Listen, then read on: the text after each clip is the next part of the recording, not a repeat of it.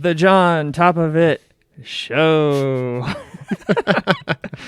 Welcome to the JonTopofIt Show. I am your host, John Meisberg, and today we have in the studio professional coach Nathan Ashby. Welcome to the show. Thanks, man. Appreciate it. Nathan has been on the show before when it was just in audio form over a year ago. Isn't that right? Just about, yeah. What were we talking about? Oh, God, I don't remember. Life, change. We were talking about change. And the importance of change and adaptability, which I applied pretty well to where I am now. I feel like I need to go back and listen to that podcast. Me too. It's been a while. That's the beauty of recording these things, though, is like you capture a moment in your life where something was going on and really externalize some really helpful information that you can revisit, like a photograph. Yeah. Or journal, same kind of thing. I have a problem looking at my journal entries, though. Like, I don't know. I feel like once I've written something down, it's gone. I don't know why. Maybe because I would need like a useful system to like know like this page represents something. Right. I don't know. Well, the problem with journaling as well is you have to be on top of it to be effective. Yeah. So. And with a guy that's got a show named JonTopofIt, not very likely that I am. That's his life. So we're here to talk about the concept of needing professional coaching in your life, how it can be beneficial, and talking about how practicing self-care can really make a difference in just getting through a lot of the issues that we're all experiencing, right? Yeah, the dumpster fire that is 2020 has pushed us all into a completely new space. And to be honest, not a bad one. There's a lot going on in the world. There's a lot going on in the US. But there's a lot of change. And how you react to that change will determine how things are for you. Are we talking about how this is like glass half full, glass half empty kind of like how you see 2020? Because I see 2020 as a dumpster fire. It is a dumpster fire, 100%.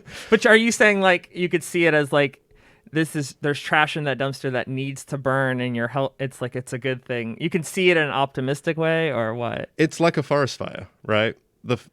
In the natural world, forests have to burn to continue the life cycle. We're just going through that in a much grander scale right now. Change is important.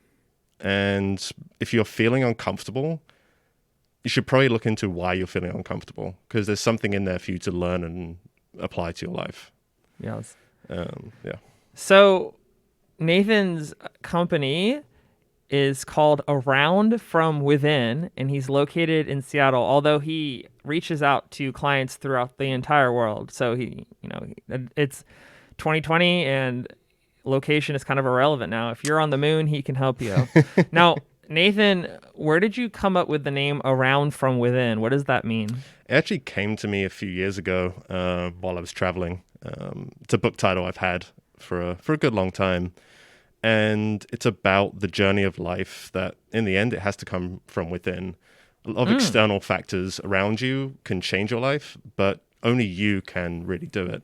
We are the masters of our own realm, and how we live and how we react to things really determine where we go. Okay. So I understand the part that says from within, but what does the around part mean? The round is the journey. Meeting people, going around the world, obviously, which is a little limited right now, but perspective is key, right? One of the reasons why in the US specifically, why we're in such a bad place is people don't have perspective. Their idea of travel is to stay within the US or Canada or Mexico or somewhere. They don't go to Europe, they don't go to Asia, they don't go to other continents to really see how other people live in the world. And when we have the experience of how other people live and the struggles they go through, it gives us a lot of perspective on our own lives and the struggles we go through. Yeah. And is that something that you've experienced personally? Oh, very much so. Yeah, I've been lucky. I've done a lot of traveling in my life. I've worked on cruise ships for a couple of years as a photographer and videographer, so I got to literally travel the globe a couple times over. And through that experience, it really gave me a lot of perspective on other people's struggles. And it gave me a lot of confidence in my own life that even though I'm going through hard things, there's still ways to move forward. Yeah. Sorry, I'm all tangled down here. I wish that I could space travel. I feel like I do a lot of growing up in outer space. That's okay. I mean, if you think about it, there's plenty of time to meditate up there. There is. Meditation is important. Can you you have those what are they called? Those sensory deprivation tanks. Oh Like, yeah. being in outer space, it's probably very similar. Yeah, those are weird. Those are very strange. But it is just a form of another meditation. You got to experience. I did. One of those. Yeah, you got me a gift one actually. It was very strange. Just lying there, just floating, and like, what's meant to be happening? And you start seeing some weird visuals. Like, this is weird. Yeah, it's very strange what happens when you cut off your senses. It's very strange. Yeah. Okay, so one of the things that I wanted to get out of the way is you're not a life coach. You're a professional coach. And this is, some people might claim semantics, like what's the difference? But like you see a difference, and I wanted to discuss like what is the difference? Yeah, it's a great question. There's nothing wrong with the term life coach. I just make clear on that. I don't make sure that everyone's understanding. I view it as, with what I'm doing, I'm not here to give life advice to people. I'm here to help people move forward and progress by listening and offering different perspectives. Mm-hmm. Okay. My job is as an accountability partner and to listen and to talk back. And I'm not here to guide your life. I'm here to help you with it. So is it possible that, like, I guess what you might be getting at is using the term life coach kind of implies that maybe that person is in a place where they know better than you about how you should live your life, and maybe it could be misconstrued as like the expert versus like the person who doesn't know anything. It's like a power dynamic thing mm-hmm. that you don't want to like get into, or yeah, in part. Coaching is just about listening and talking, right? Mm-hmm. In our day-to-day lives, we don't really have the ability to talk to other people in a very candid way about our problems, because the people we're talking to are our friends, and you don't want to reveal everything to them in general. And in your workplace setting, same thing, right? You can't talk to your boss about everything, can't talk to various subjects. So having a coach where you can go, hey, I have this problem and impediment in my life. Cool, let's talk about it. And we can dive further into the story of what it is, find a different perspective, and you move forward. It's not my job to tell you what to do. I'm going to listen and guide you to where you need to be and let you find the answers. Mm. Isn't that like Aristotle or no? I forget. There's some kind of like technique where like you lead somebody to the answer by just asking them questions that they have to answer, and they have to arrive at the... I know what you're talking about, but I forget the name. The name is escaping me. I have to Google it while you're talking. How did you become a professional coach? How did you get into this? Why were you interested in wanting to become one? So I've been searching for a little while. If you listen to my previous podcast, I was doing project management and Scrum Master work previously. So you're like, how'd you get to there from to here? And I was like, well, I went on a journey of discovery, and that came with a lot of hard lessons and hard points, but it all accumulated in a conversation with a good friend of mine while I was out in San Francisco. And this is a guy who's very high up in corporate America, and we've been friends for a good amount of time, and we were just chatting over lunch, and just through conversation, I was able to help him through a lot of really hard things that were going on with him. And he's like, why aren't you doing this as a job? And it really sparked me. He's like, I looked back on my life, and this is all I've been doing my whole life, listening and talking to people and giving people advice. I have a ton of life experience, and this is the best way for me to leverage that and help others, because in the end, that's what I want to do.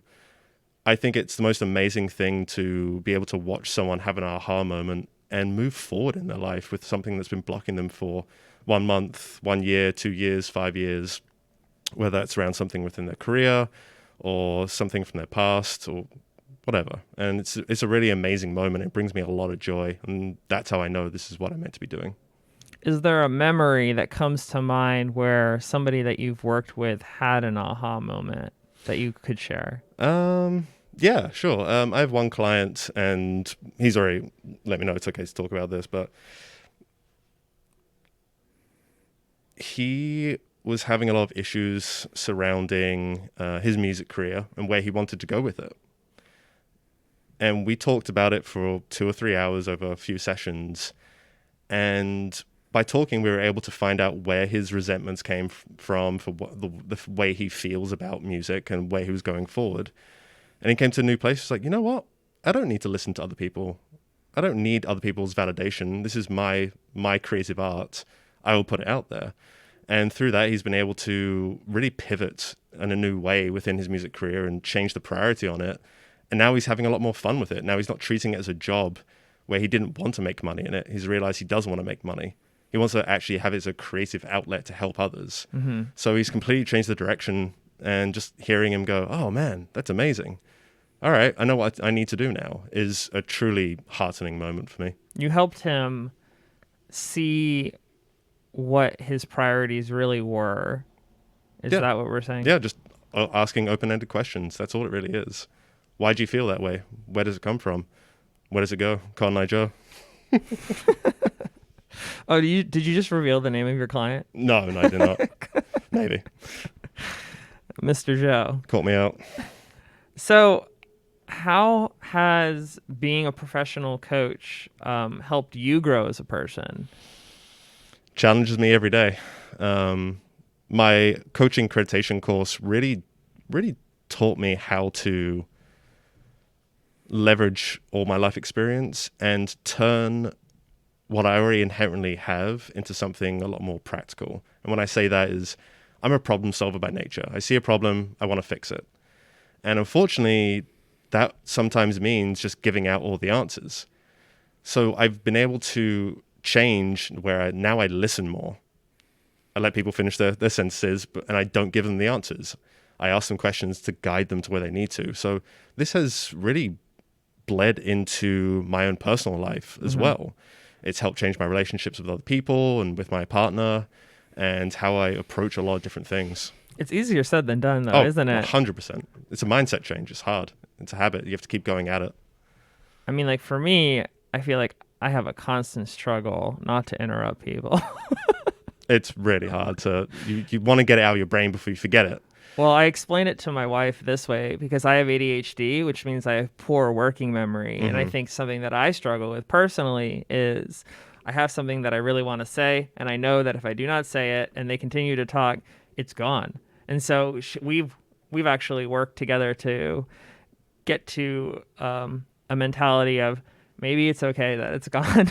Like, just maybe you just have to accept that some of your thoughts are going to come out, some of your thoughts are not. And that maybe the conversation will be better because of it if you let it organically go back and forth and let that person speak until they're done talking. Right. Was that really hard for you to adapt to? I mean, it's still a work in progress. I mean, we'll see how this interview goes. Fair enough. I mean, there's two types of talk, right? We only really talk to two separate things. We talk to ourselves and we talk to other people. Right? And the way we talk to ourselves is not the way we talk to other people. In general, we talk to ourselves kind of like crap, to be honest. What do you mean talk to ourselves? I'm feeling ugly today. I don't look good. I hate what I'm wearing. Oh, I've gained 10 pounds, right? Thoughts that we're having. Yes, but you're still talking to yourself. You're still having conversation with your conscious and subconscious mind. I guess I just think when you say the word talk, like schizo, like externalizing the words. No, you still have conversations in your brain, right? I mean, not everybody. Some people don't have conversations in their mind. A lot of people speak out loud. I'm sure you feel that way, but other people have multiple conversations in their brain, not schizophrenic. Hi. That's how we work through problems, right? Well, see, I don't know if I mean, I've always wondered this, like if everyone's brains work like my brain or everyone's brains are working in different ways, because personally, I struggle with having too many thoughts in my brain at once and having to try to figure out which one to pay attention to and which ones to try to shut down. And I've always wondered, like, you know, like taking an ADHD medication kind of makes you have one thought at a time. And I've always wondered, like, okay, so is that what a neurotypical brain behaves like? And if you have ADHD, you have a bombardment of thoughts. And I don't know, I guess I'm a poor judge of trying to understand what is normal. I don't know. I mean, there isn't a normal, and everyone's brains work differently. I remember I remember when I was a kid, I had a moment where I was like, does everyone see the way that I see things? Does everyone see like the way I see things within my eyes? And it's the same thing with our brains. But I think you said a really important phrase where pay attention. Attention really is a big part of this. Paying attention to your life, being present within your life. Meditation is huge for being able to control attention and your thoughts, right? People think that Buddhist monks don't feel anything, and where it's quite opposite. They feel everything, but they've just learned how to control their minds, how to hear thoughts and let them go, and feelings, and how they react to situations. They're present in their life and they're paying attention to what's going on. I wonder how many years it takes to get to a place like that. It's a long time. It's a habit. You have to start by shaving your head. I've thought about it. Just give it a shot. Go to a Buddhist monk. Have you ever seen a Buddhist monk with hair? Is that a thing? No, not a proper one anyway. Meditation is something that I have on my list of things to do every day that I rarely do. What's I'm going to be stopping you from honest. doing it? I don't value it. Why? I should value it. I know I value it enough to have it Should. on my list of things to do. But when I attempt to do it, I think I have that feeling of that nagging feeling that there's something that I need to be doing, and why am I sitting here just doing nothing? Like I should be doing something else that I need to do. And it's hard for me to convince my brain that meditation and letting my brain process the thoughts is an important task. Like I understand that it is, but it's just, I don't know. I guess there's a difference sometimes between knowing and getting yourself to do it. I don't know.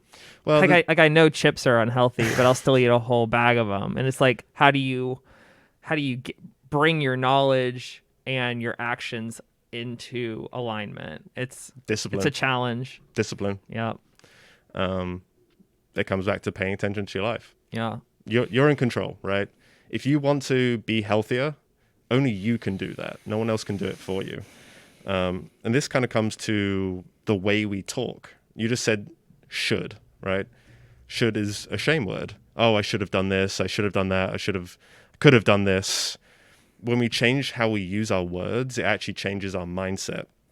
It's assertive versus narrative, right? I am going to do this versus, oh, I will do that, right? I'm going to do it, sets in your mind. Will, it's in the future, I'll get to it at some point, right?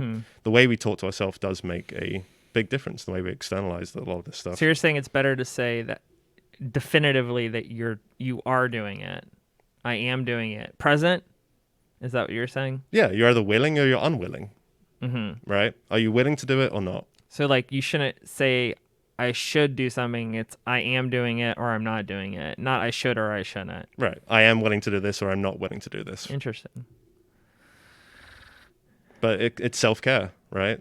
We don't place much or any importance on self-care in the US. Mental health, physical health, any of these kind of things, they're not important. Work is important, right? People understand you have to go to the gym, but we don't treat our minds like we treat our bodies. We don't actually take the time to treat our minds like a muscle. You can go to a gym, I don't know what I'm going to do. Okay, I'm going to hire a personal trainer. Cool. They know what they're doing. They know how to get you to where you need to be. Create a regimen, how to eat healthy, these kind of things. But we don't do the same thing for our brain, right? We can go to a therapist and a psychotherapist, but all of that is looking into the past. The work I do, I look at the present and the future, right? My job is to listen to what's going on with you, not go into the past and find out how your parents affect you. I mean, the stories there are important, but they're not the focus. We're not going to dive into that, right? What I want to focus on is getting you to where you want to be. And you have to be willing to do that. Yeah. I think that's an interesting selling point that people work out their body. Why wouldn't you find ways to work out your mind, right? Right. Like we read. Maybe Sudoku is not enough. It's a different kind of thing, but yeah. I mean, it's really based upon what your priorities are, right? If you want to have a better memory, you can do that. If you want to be more physically fit, you can do it. If you want to grow in your career, you can do it.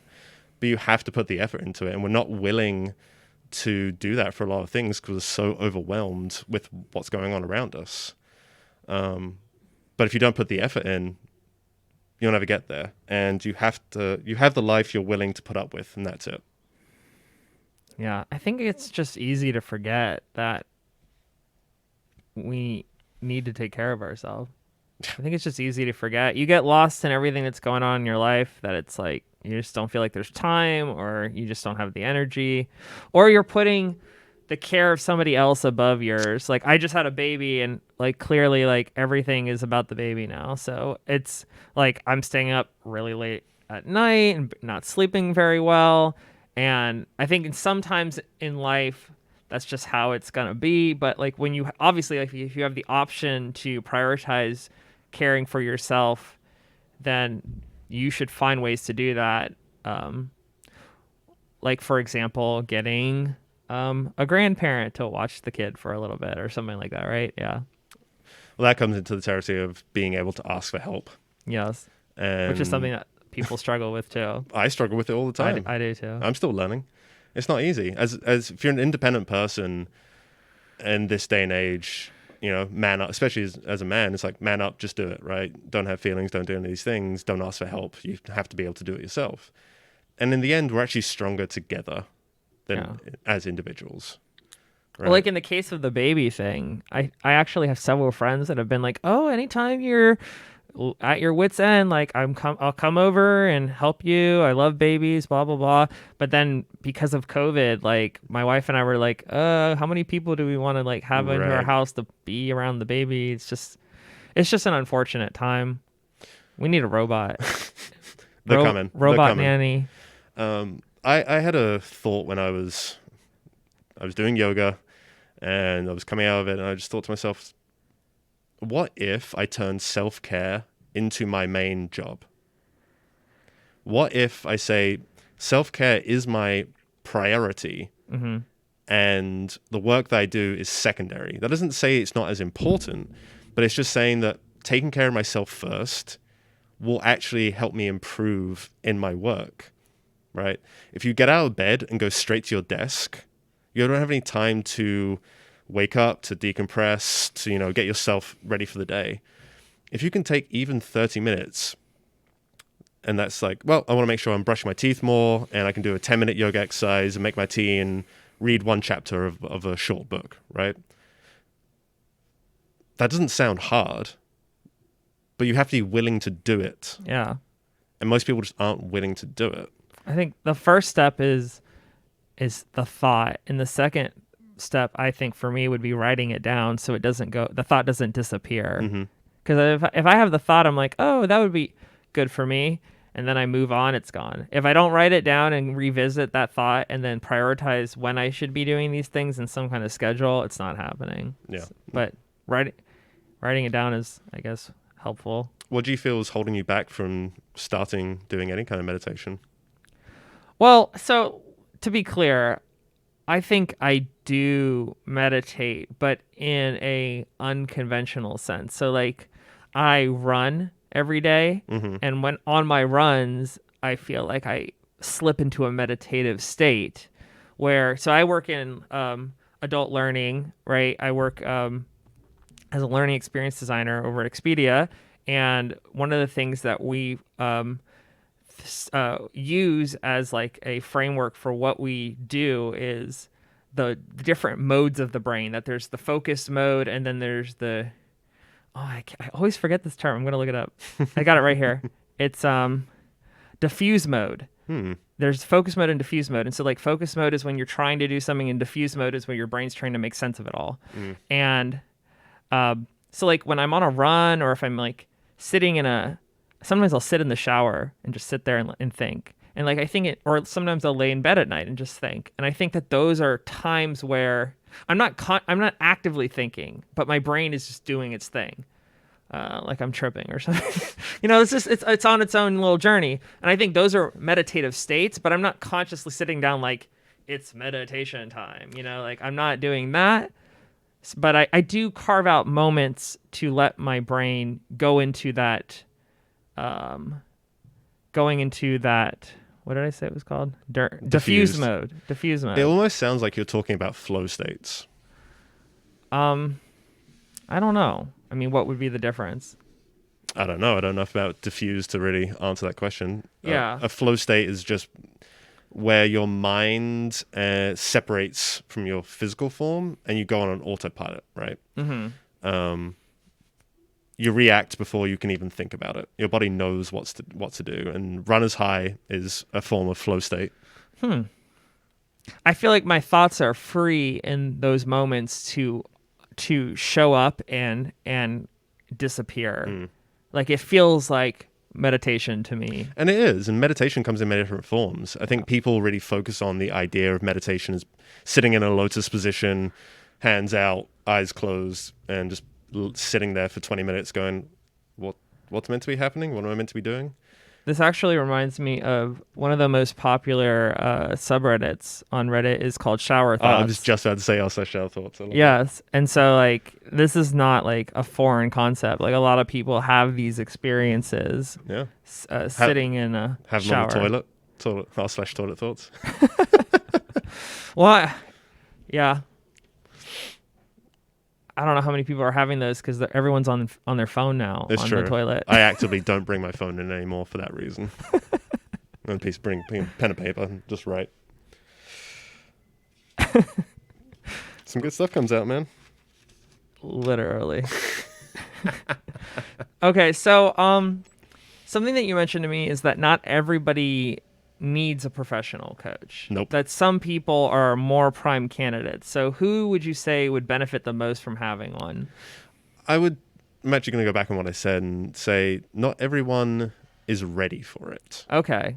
So everyone could benefit from one, but not everyone is at a place in their life where they are ready to have that experience. Correct. And what is the thing you can point to and say this means they're not ready yet? What does that mean? If they're focused on the past and where they are right now and not willing to change and listen to different perspectives, to really benefit from coaching, you have to come in with a willingness to change and an open mind. If you have those two main things, you're pretty much good to go. If people come in and, really stuck with, issues from my childhood, that is a valid thing, but I will refer people to therapists first. And I work with therapists in tandem with people.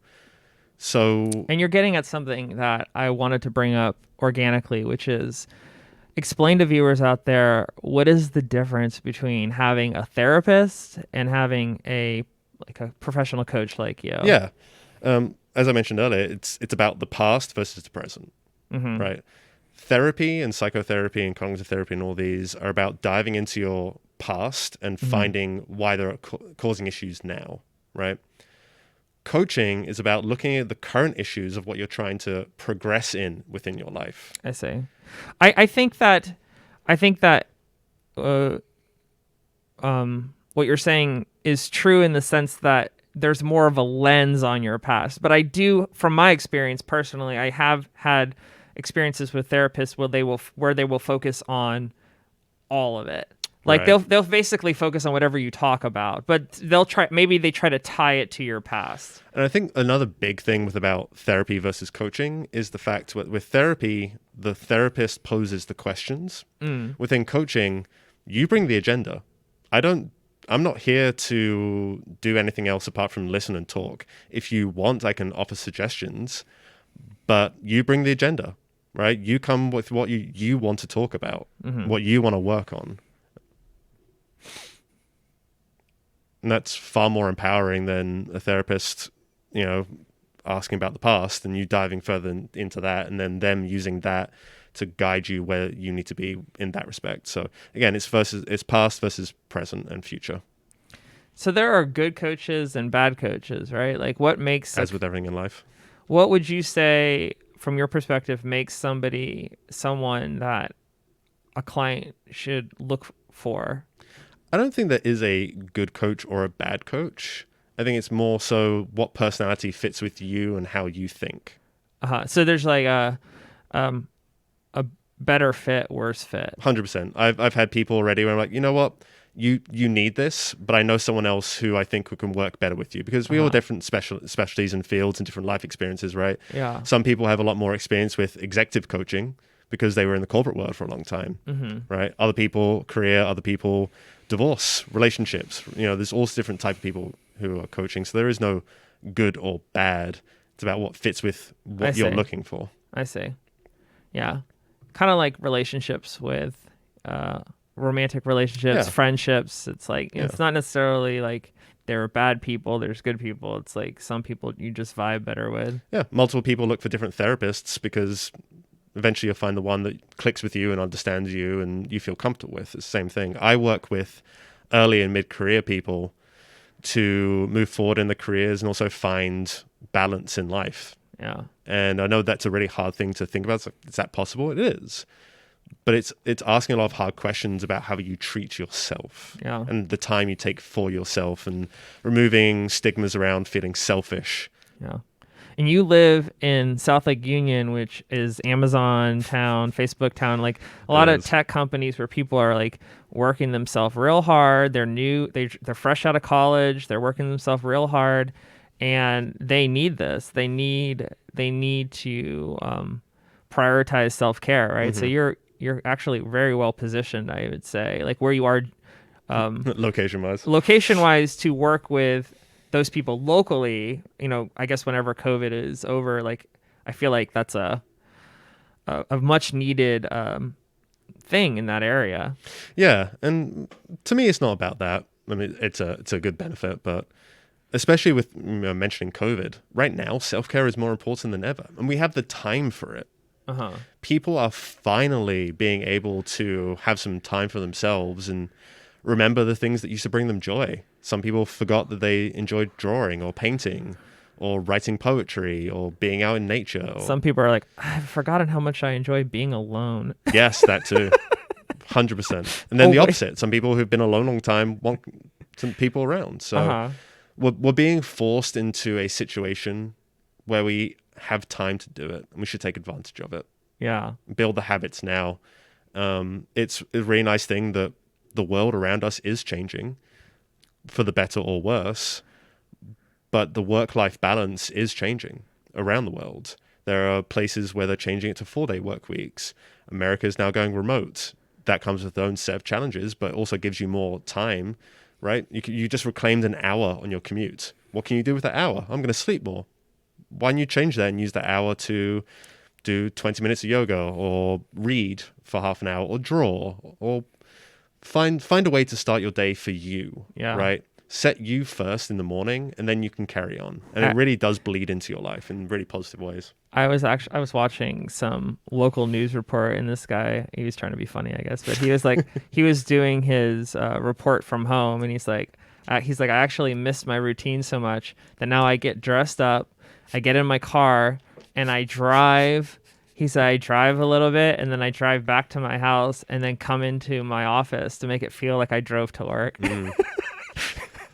I mean, whatever works for you. Whatever works for you. I mean, there are a whole new set of challenges with remote working where it really is, if you stay in your comfy clothes all day, that's how you're going to act. If you have two separate different sets of clothes, you have your work clothes, and when you change out of those, then your work day is done. But that's a whole other conversation around COVID and remote working.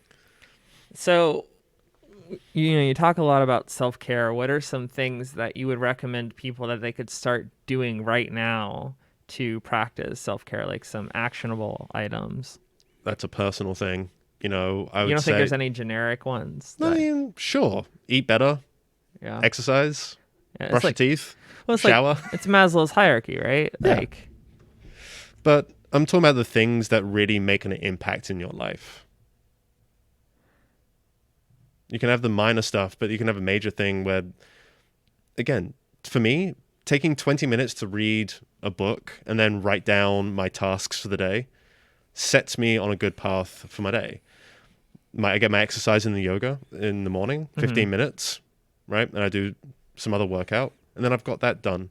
And I can start my day off feeling accomplished instead of diving straight into my work. But I think a lot of the things that you're saying, like if you look at this, like a lot of the things that you're saying, they fall into this. That like, and then I'm now, this is actually kind of interesting to me because I'm looking at this and I'm thinking like, where are the areas in Maslow's hierarchy that I neglect personally? I think for me, especially during COVID, it's friends.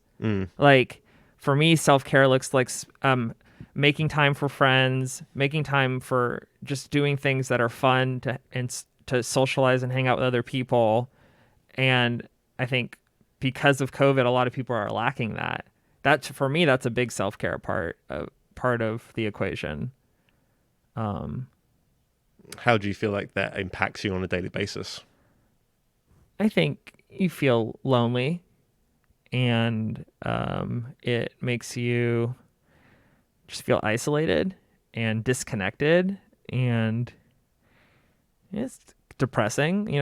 I mean, everyone has different needs, I guess. I don't know. I mean, I think Maslow's hierarchy is a generic thing that applies to everyone as humans, but maybe some people value certain levels of it more than others, or I don't know.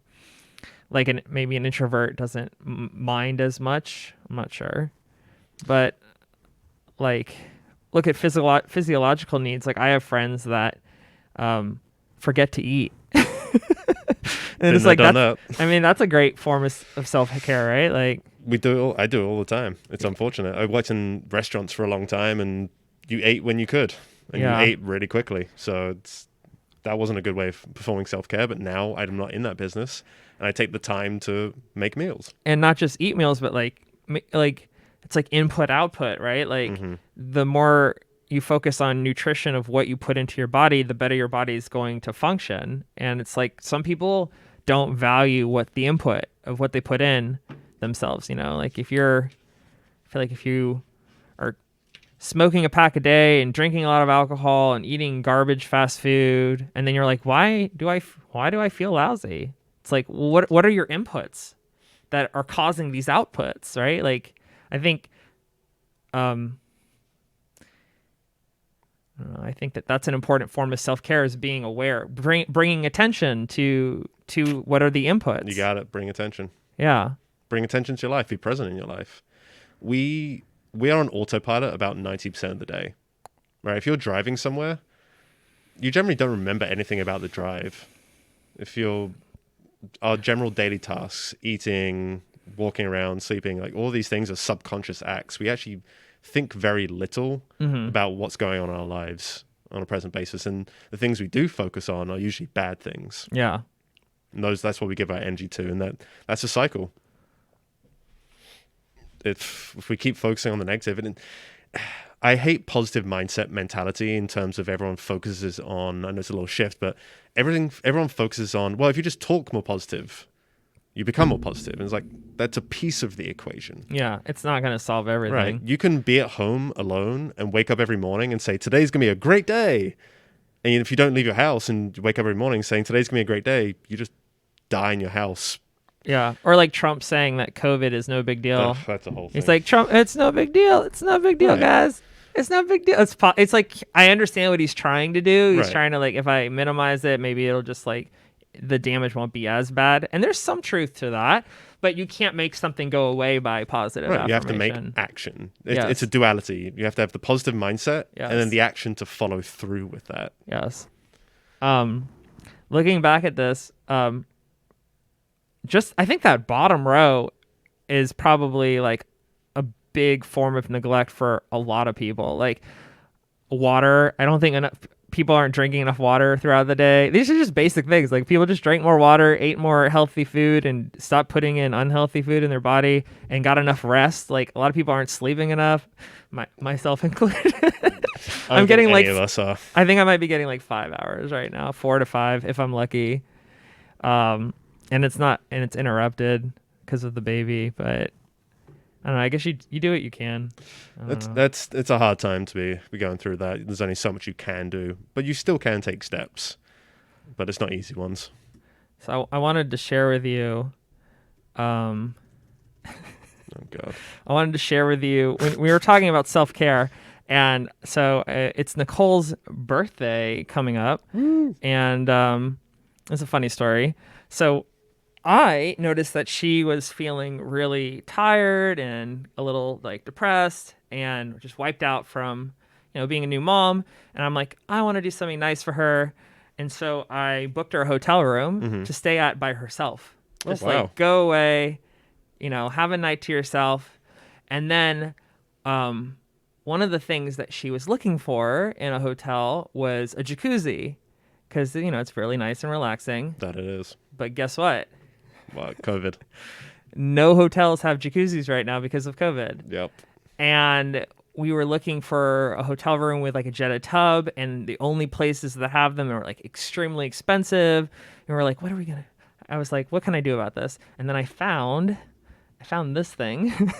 I thought you got a kiddie pool and just like got some jets and just blasting. No, look, this is a bubble massage mat. What? And so we got one of these things. It's actually really cool. So it's this mat that goes in your bathtub, and you turn on this little device, and it really feels like you're in a jacuzzi.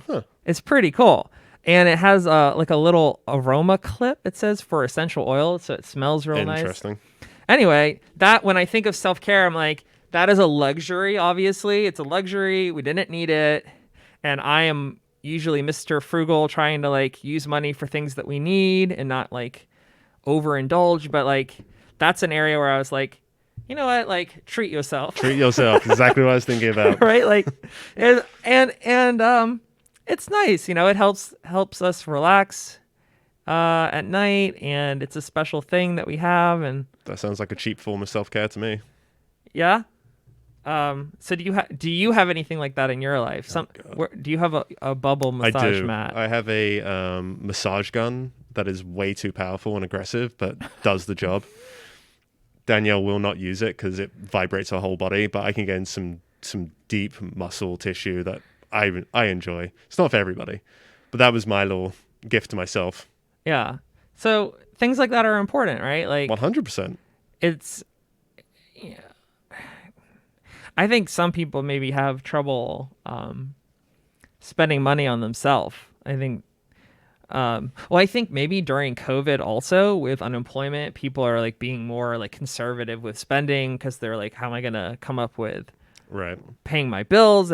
But what is it? Inslee, our governor, he just did a moratorium on evictions until the end of the year, which is good. But I think it's important to be willing to take care of yourself, and sometimes that means a massage gun or a jet tub. Right? Yeah. Why not? Yeah.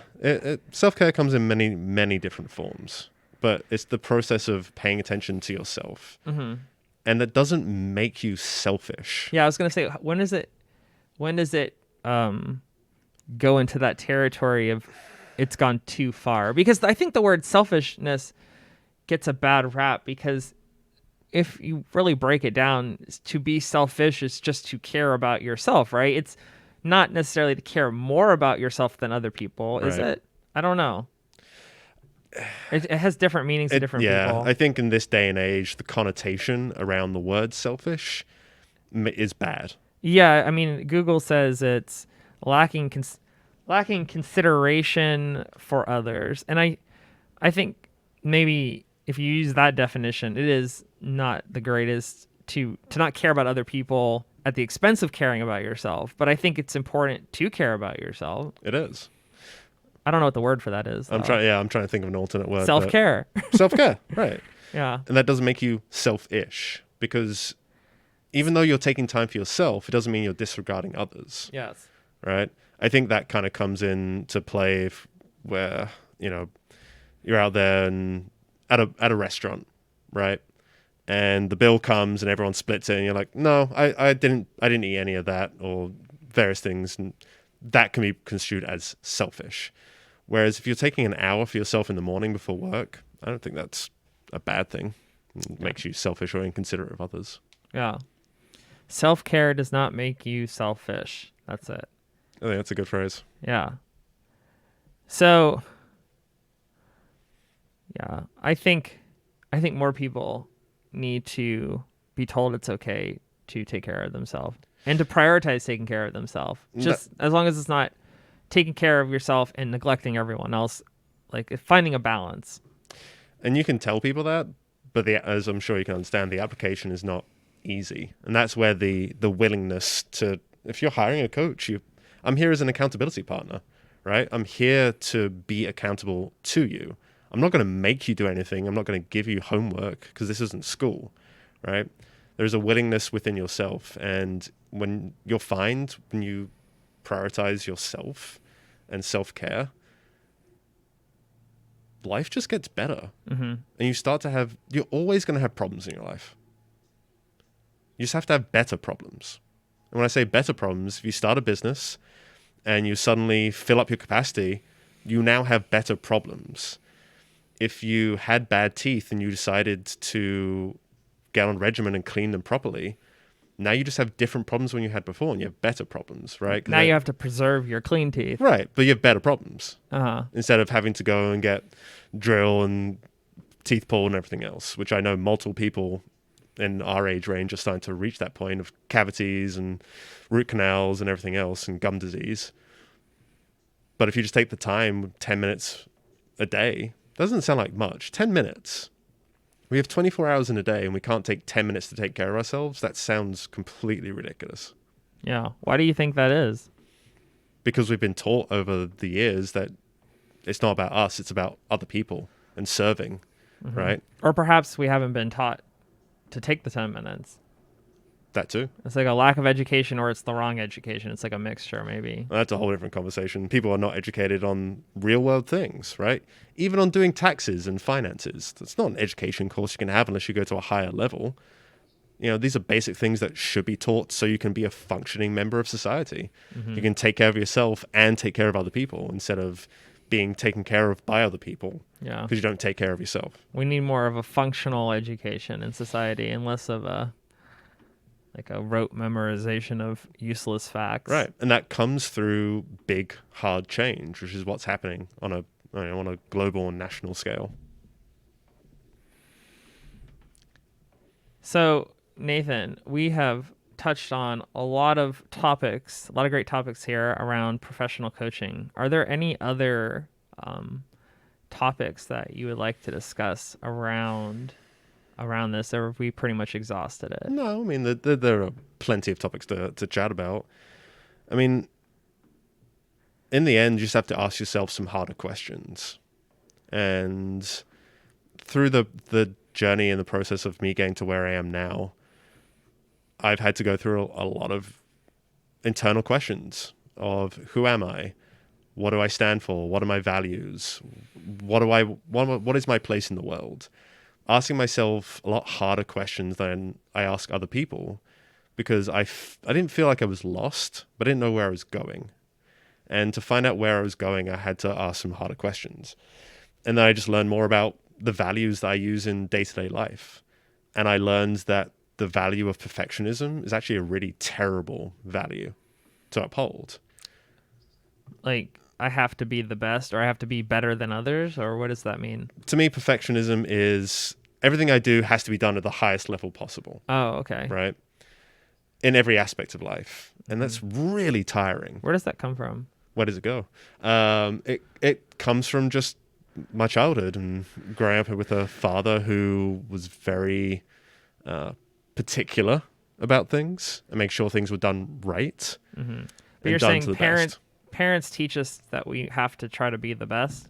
Parents, teachers, people in our lives, dogs, I don't know. And you think, where did the parents get it? Is it just like being passed on through the family, or is it maybe a messaging that we're receiving through society as a whole? Multitude of things. Yeah. It's easy to forget that our parents are products of their parents and their parents are products of their parents, right? Yeah. So that comes into a whole other conversation of breaking generational expectations. But I mean, like this devil's advocate, you don't want to teach your child to be bad at something, right? But maybe it's not about being the best, but about working hard. It's about like giving it your all and accepting the outcome, and not be the best or you are a failure. But that's work ethic and not perfectionism. Uh-huh. Work ethic is exactly that. Just carrying on, like even though you know mistakes are going to happen, Yeah. you still carry on to work and you keep going because you're disciplined. Perfectionism in my life has stopped me from putting myself out there. If you can't do it perfect, Don't do it at all. don't do it at all. Pretty much. But that's what I'm saying is like the growth mindset philosophy that I understand is like when it comes to teaching your children how they should be, that you should not praise success, you should praise hard work. And that if you do that, then they will continue to try in the face of adversity. When they fail, they'll say, "What have I learned? How can I do this better next time?" Versus if you praise success, then when they fail, they're like, "Oh, I should do something different because I'm bad at this." Yeah, that's work ethic. Yeah. 100%. So I would say that to break that chain, more people need to teach their children in their formative years to care more about practice and work and overcoming failure and seeing failure as part of the journey and not as a indicator that you should do something else perhaps. Right. I mean, look at where we are right now in America, right? The mentality of winning at everything has put us into a really bad place. You can't win at everything. That's not realistic, and that's not a good thing, right? To really learn at life, you have to make mistakes. We're human, right? Good things happen to bad people, bad things happen to good people, and vice versa. Life doesn't care whether you're procrastinating or pushing forward. It's going to carry on without you. So you got to make mistakes.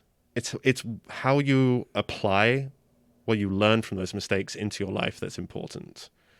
And if you keep on winning and winning and winning and winning, you never have the opportunity to actually grow.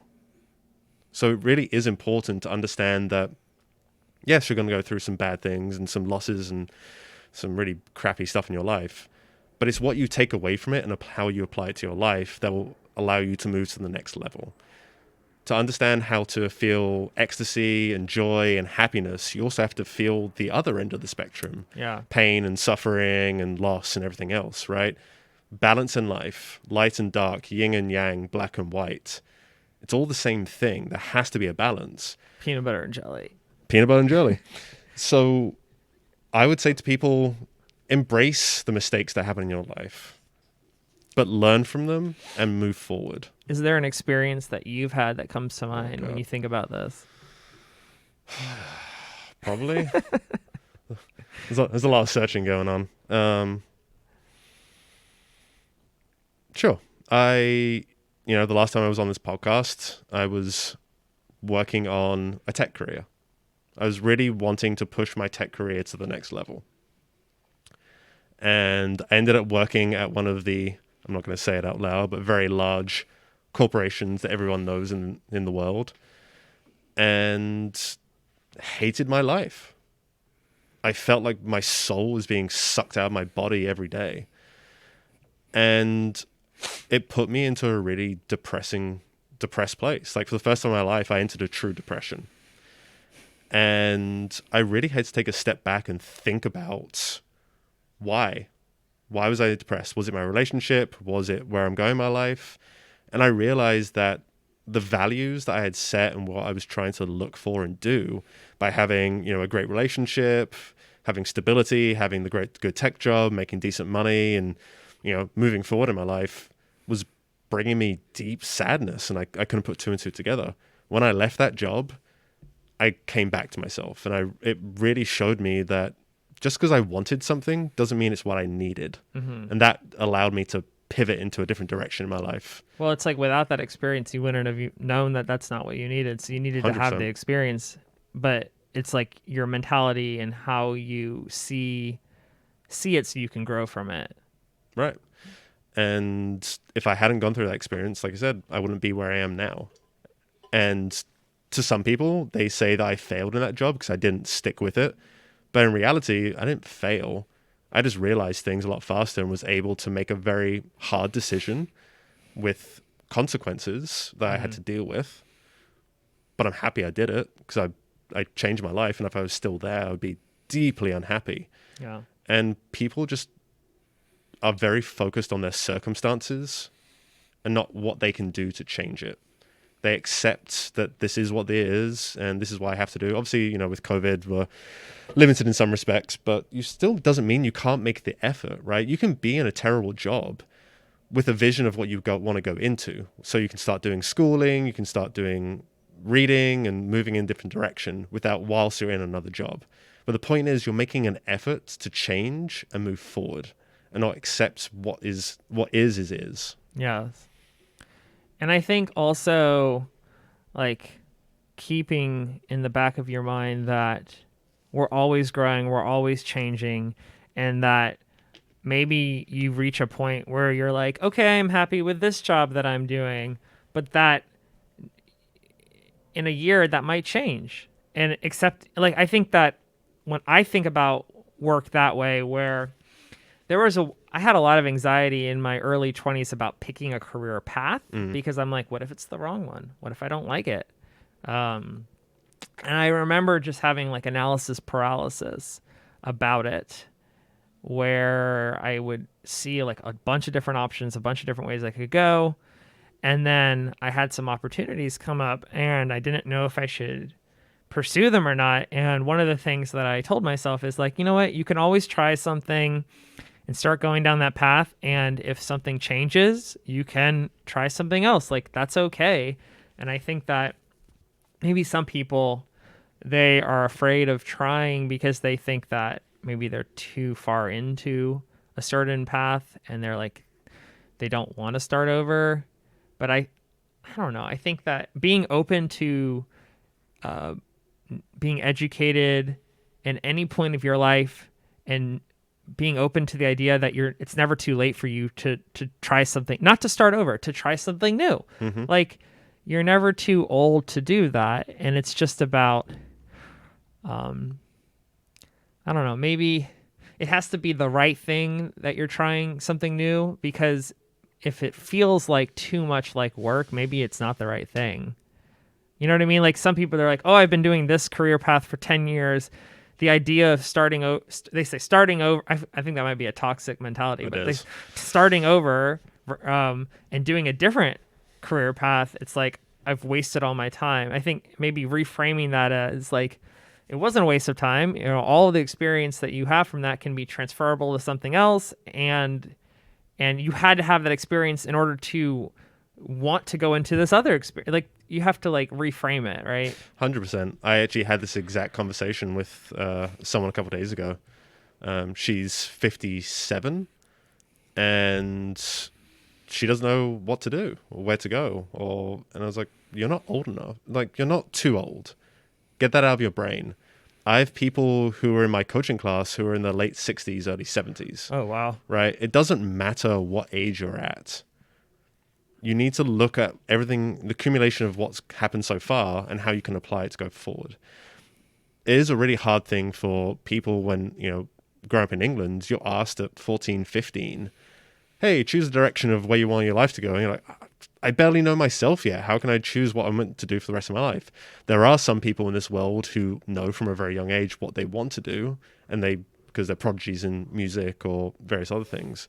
But in general, no one knows what they want to do for the rest of their life, nor should they. To stop you for a second. So like in Britain, you're saying that who asks you that? Your parents, or what do you mean? No, so you have to choose. I mean, when I was growing up, we had to go through GCSEs, was a General Certificate of Education, secondary education. And then you move on to your A-levels.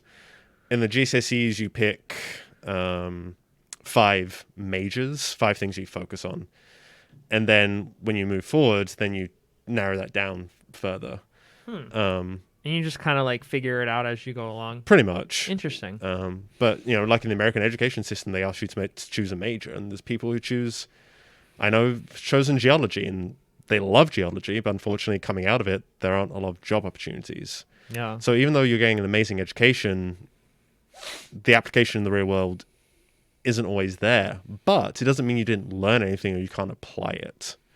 And I think a big thing that people get stuck on, especially in America, is they go through this whole, I don't want to use the word forced education, but it's expected, where people don't get a break. They don't get a break to understand themselves better.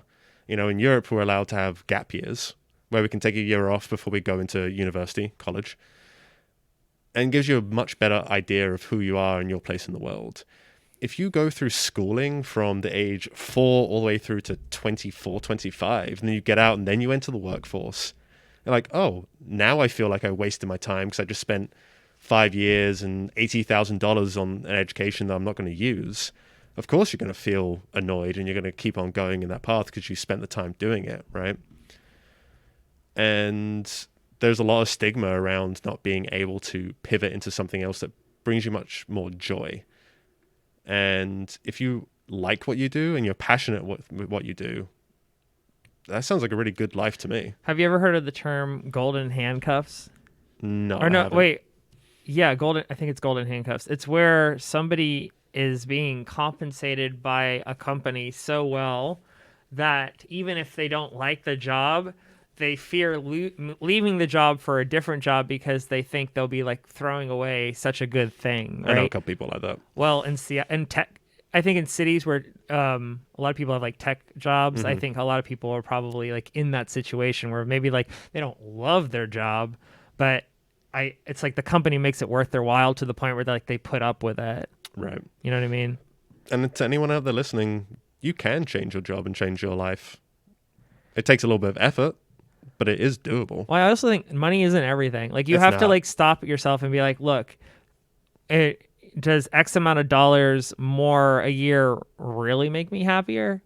Like once I have all my basic needs met, wouldn't I rather be doing this other thing that maybe is more fulfilling to and in line with like what I see myself doing with my time and my energy? I think a lot of people they're too hyper focused on the total compensation, the TC. They're just like, well, I don't know. I don't know if that's. I feel like that's a toxic mentality. Once you're getting enough, I don't know.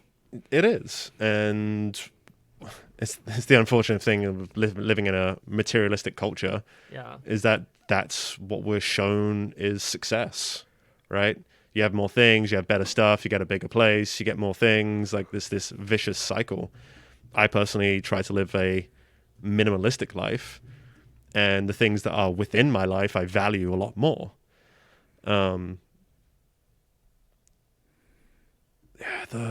The whole system is rigged to not make you happy. And when you can actually take a step back and think about what you want and you need, not everybody needs $100,000 a year, right? Mm-hmm. You could actually live quite comfortably on 60 and have more free time. If you want to make $100,000 a year, that's cool, but you have to have the understanding that you're going to be working 50, 60, 70-hour weeks and not have a lot of time for yourself and sacrifice family, because that's the exchange. It's an exchange, right? They're exchanging your time for that money. So you really have to think about what your time is worth and what you want from life. Yeah. I remember seeing something like this in my one of my first jobs. They had like a consultant come in and show everyone at the company a graph like this, and I remember feeling at the time like it was propaganda because I wasn't being paid very well. And I was like, oh, you're trying to tell me that we don't care about money. I'm like, all right, yeah, keep telling yourself that. But the older that I've gotten, the more I've started to like come around and see like what they were really getting at, which is like once your basic needs are met and you have enough money to pay for your bills and the things that you want, like what do you value? And so like you look at like this Glassdoor graph and it's like they're saying that, people care about like what is the culture like where I'm working? What do they value? Who am I working for? What are the opportunities available to me? Do they let me have a work-life balance where I can spend time with my family? And that's a big one in Seattle or tech cities in general. Is like, does this company treat me like a cog in the wheel and try to grind me to the bone, or do they see me as a person and let me work with me and having a balance between how I want to live my life and also contribute to their cause, And these are things that I think maybe as you get older and you have enough money to pay your bills, you start to see as more important, because this is how you spend your life. Right. I think a really good analogy for this whole thing is it's the difference between renting a house and buying a house, right? If you rent a house, you generally don't care about what goes, like putting holes in walls and various other things. If things break, you call someone else. If you own a house, you have a lot more responsibilities to it, right? It's the same thing with self-care and talking about work-life balance, right? If you value yourself more and value what goes on in your life, you'll take more time for it because you have a value in it, right? We don't have a value in renting a place. It's someone else's place. I don't care. If you own the house, you care more.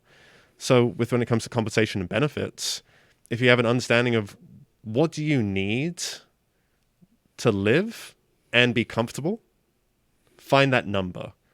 And then you have a better idea of how you can balance that out. And then you go, okay, well, what's important to me? Well, I really enjoy my music and I want to play guitar for 1 hour a week and I want to spend X amount of time with my kid and my family, but I also want to play golf. How does this factor into my work and how can I make my work with my life, work-life balance? But it's asking a lot of questions we don't ask ourselves, right? How much do I need to make a year to be comfortable? What do I need, not what do I want? And then you can jump from there. Have you ever heard of the hedonic treadmill? Yes. That's another term that I'm thinking about right now, which is like not only do people, you say have a number and then like aim for that, but I think something that happens to people, I'm trying to see if I can find pull her up a graphic for this, but like, I think the general premise is, I don't know if this is conveying it very well, but the general premise of a hedonic treadmill is like as your level of income increases, your desire for things becomes like more expensive. And then it's like, then you reach a new level where like what would make you happy is, it's like it's basically saying you're never happy if you're on the hedonic treadmill because you just reach a new point where then you want more expensive things and more expensive things. And it's like, if you make a conscious choice not to get on that hedonic treadmill, hedonic, like hedonism, like, like if you make a conscious choice to live a life, this is kind of like, it makes me think about Buddhism too, that you don't want to participate in materialism where I want to have the most expensive things, and just live a life of simplicity. Perhaps you can avoid that from happening to you, where you're like, I only need X amount of money to pay my rent or my mortgage and X amount of money for my basic needs and maybe a few wants here and there, but like avoiding getting sucked into this lifestyle creep where you just want more and more and more, and then you're never satisfied with what you do have, and then you don't appreciate what you have. Yeah, it's like I was saying, bigger house, more things, get a bigger house, even more things, right? You can't have an empty room. People are like, oh, where's the furniture? Oh, well, I didn't want to buy more furniture. Oh, well, you should. Okay. You get a better job. I'm going to treat myself. I'm going to buy a better car. And now you're stuck with a $4,000 a month car loan. Yeah. And you lose your job, and now I'm stuck with a $4,000 a month car loan where I used to have $300. $4,000 a month, that's an expensive car. Some people like expensive things. Tech money, baby. But yeah, it's a cycle. Unless you choose to break that cycle, it's hard to get out of, man. I think something that I've done personally to try to avoid that is like, just try to like rock things till the wheels fall off. Like drive the car till the wheels fall off. Like use the phone till I like smash the screen or the battery dies. Like, I don't know. I try to get like a lot of use out of the things that I own. But we live in a society now where like they kind of force you to buy new things sooner than you want because of planned obsolescence. Like I was just talking to somebody yesterday about this. Like if you go to Salvation Army or Goodwill and buy a blender from the 1950s, it still works. The tanks. They still work. Yeah. If you buy a blender off of Amazon today, it'll be broken in a year. Yeah. And so it's just the state of capitalism in America or in the world. But that's also talking about the value we place on things, okay? Blenders, If you spend a lot of money and $300 to $400, you can buy a Vitamix, right? Those things are tanks, and they will last, and they have a warranty on them. I have one. It still hasn't broken. Still hasn't broken. I'm actually very impressed. I was like, I don't want to spend this much money on something that's not going to last more than a year because all my other blenders have broken in a year. But we'll see. I don't know how long it's going to last. I worked in commercial kitchens for a long time. You go into pretty much any commercial kitchen, that's what they got. You'll find a Vitamix. Yeah. Right? The tanks. Yeah.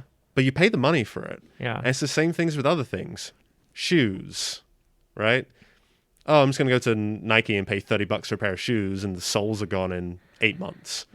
Or you can buy a pair of Birkenstocks and have them resold and reused and keep building. So it's the things the value we place on them. They say never go cheap on anything that goes under your body, which is tires, a mattress, and shoes. Those are 3 things that I've heard. What about underwear? And sure, I guess, yeah. It killed. Have you had cheap underwear? That hasn't everybody? Yeah, like maybe Hanes. What's the most expensive pair of underwear you've ever purchased? Well, I don't know if I've ever had expensive underwear. Exactly. I don't value my crotch. You got to value your crotch. Hey, man, I'll tell you, breathability makes a big difference. Especially if you're a runner. Jeez, man. Uh-huh. Self-care. Spend a little bit more money. Buy a nice pair of underwear. If you wear it every day, well, it's COVID. Who knows these days? If you take anything away from this conversation, just remember, buy expensive underwear. That's what Nathan has said. Exactly, 100%. Nathan, I want to thank you for coming on the show. Thanks for having me. I think that a lot of people out there have learned more about what it means to have a professional coach help them out. If they're interested in your services, regardless if they live in Seattle or not, you can help them out. Where can they go to reach out to you? So right now I'm getting my website up, which will be www.aroundfromwithin.com. If you want to reach out to me, go check out my LinkedIn page. Check out Nathan Ashby. And send me a message. I have an online calendar system. I do free discovery calls. So it's just a half-hour call. We chat, see if it's a right fit. And every single one I've had so far, people have walked away with something. So it's completely free. Send me a message and let's get something set up. All right. There you go. Help me. Nathan, thanks for being on the show. Thanks for having me, John. Appreciate it. Cheers, mate.